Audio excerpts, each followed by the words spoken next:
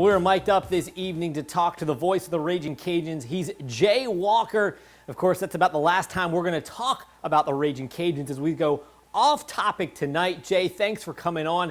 You started your career, you're from New England, but you came here to Lafayette for most of your professional career, and you started off in music. Tell me a little bit about when you first got into music. What year was that? I got into music radio in 1972. I was 19 years old. I was hired part time at KEUN Radio in Eunice. My boss was a man by the name of Tom Vache, whose son used to host Good Morning Acadiana on TV3, and worked there for a couple of years. Went to Abbeville at KROF for a little while. Came to Lafayette at KSMB, that at the time was known as K94 back in 1977, and worked in music radio till around 1992. I know a lot of people get into music in our industry as just a foot in the door to calling games. Were you able to call high school games or do anything with sports when you first got started in Eunice? Yeah, as a matter of fact, I think I was only about a year or so into it when I started doing high school football color commentary and did play-by-play for high school basketball, high school and American Legion baseball. So I was able to get into the sports part of it pretty early, and that certainly helped when it was time for me to make the transformation over to sports full-time. When you were calling high school games, who's the best athlete, whatever sport it was, who's the best athlete you ever called in high school? I'll tell you, Eunice High School had a young man by the name of Chris Carrier who went on to play at LSU, and he's coaching now somewhere in the state of Louisiana. But Chris was a wide receiver and a safety. He played defensive back at LSU, but he was from Eunice and was just a super player. And also Carlton Lower, who played at Mississippi State and then pitched for the Philadelphia Phillies. I knew Carlton when he was a young boy, and his brother Stan, who pitched at LSU, was a very good player out of Eunice as well. When you then, in music for so many years, I mean, did you love music? Were you that passionate about music? I got to tell you, some people, when they're young boys, they want to be a fireman or they want to be a policeman or they want to be a doctor. I wanted to be on the radio. I wanted to be a disc jockey. Because really all the way back to where I was, even before 1960, back in the late 50s, you rarely saw me without a radio. And in the days of transistor radios, I had one with me almost all the time.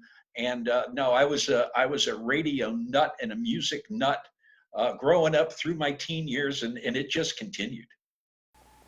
Yeah, I mean, back with your radio show back on 1420, you guys had the what was it, the Thursday, the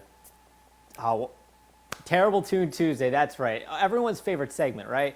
How many songs of those had you heard before? Because sometimes you guys dive deep into the mailbag. Yeah, some of those songs were really strange that we did a lot of searching for. But I got to tell you, when we first started doing it, we did it for about 4 years. When we first started doing it, we played songs that were hit records that everybody heard on the radio, but wound up being terrible tunes. And people laugh all the time and they say, well, the 70s was a great decade for music. And while that was true, there was probably more bad music in 1974 than in any year I can remember in the history of music. You got very specific there, very specific. 1974 is the bad year? 74 was a bad year. 74 gave us, Seasons in the Sun by Terry Jacks, and You're Having My Baby with Paul Anka, and Billy Don't Be a Hero with Bo Donaldson and the Haywoods. And if you give me a couple minutes, I'll come up with 5 or 6 more. That was perfect. I know I worked in the radio a little bit when I was in college, and it was an oldie station. It was 50s, 60s, 70s music, and it was certainly not the genre I was into being just a teenager. But the one thing I remember about radio is the audience. You could just establish such a passionate audience. Being an oldie station, we were a hit in the senior center. We could just show up and wear our call letters, and we were just everyone just loved us. Do you have any sort of memories like that in radio?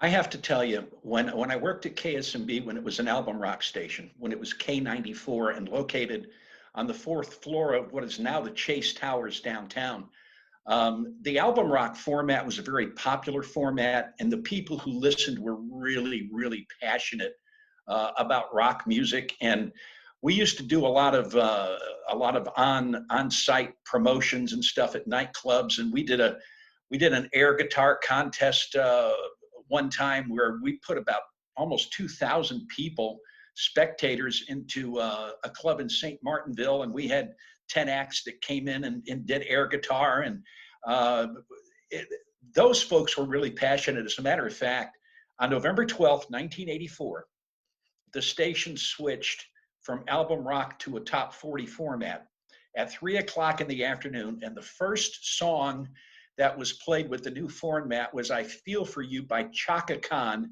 And we had threats that that our tower was going to get blown up. Our rock audience was not pleased. As a matter of fact, some of them still aren't pleased 35 years later. I would pay money to go see an air guitar contest. I mean, you guys played music and they just came out and rocked it, kind of like a lip sync war nowadays. Yeah, we did a lip sync thing too. As a matter of fact, back when the Walkman, You're the a cassette where trendsetter. you put the cassette in and you put your headphones on, we did a Walkman sing along where you got to go ahead and have the Walkman and a microphone, and nobody else heard the music. All they heard was your voice. And we went ahead and gave a really nice stereo system to the winner. We loved to do stuff like that back then. I know one of the cool things when I talk to people about old school media going back in the days, 20, 30, 40 years ago, a lot of interesting and things that would never happen today happened then. I know at my first job, there was a president running, just randomly knocked on the front door wanting to do an interview. Did you have any sort of kind of, oh my gosh, moments while you were working in radio? Yeah, there were a couple. First of all, when I was working in rock radio, I got to meet some people. And you know, what for other folks might be an oh my gosh moment, after a while it was no big deal. I do remember doing an interview with Charlie Daniels, and he was playing a concert in Lafayette, and he had I wanted to take a picture with him, and I wanted to put his hat on, and I put his hat on and it fit. And he said, "Wait, that hat fit you? I got a brand new hat I'm going to give you. Come backstage to the concert tonight."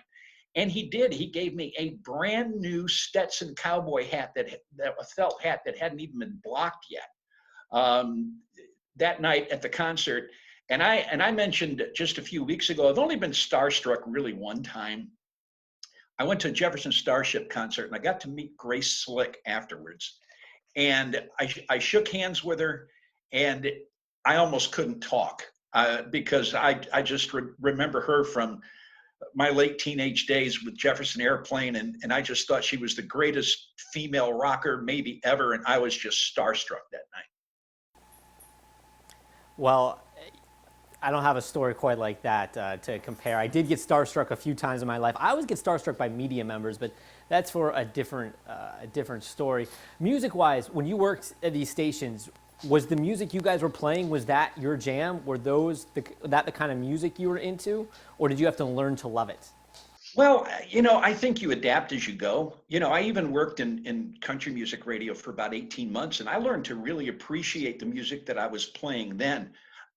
But growing up, I was a top 40 guy. I mean, I was which is now called, I think, contemporary hit radio or whatever. But that's who I was. That was kind of my jam, and it kind of stayed that way. Although it was interesting because I got into album rock radio right about the time disco was getting popular. And disco was something I was never into, so it was easy for me to go ahead and adapt to the real rock type format. In fact, I used to blow up disco records on the radio. Uh, we'd play about 30 seconds of a disco record, Village People or whatever, and then we had a sound effect with the needle going across the record, uh, and guns and bombs going off, and we'd blow up those records, and then we'd play a good rock and roll record right behind it. We are talking to DJ Jay Walker. Many of you actually know him as the voice of the Cajuns. That is not our conversation tonight in this off-topic interview. Jay, one more question for you. If we were to find you in your car having a lip sync, sing along, or an air guitar solo, what are you listening to now?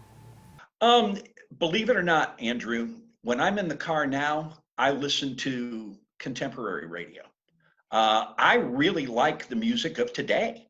Um, and that's what you'll find me listening to just about all the time. Sometimes I'll listen to, the 80s music or 70s music, and sometimes I'll listen to alternative music because I've always been into alternative music. But more often than not, I'm listening to today's music on the radio, and enjoying the heck out of it.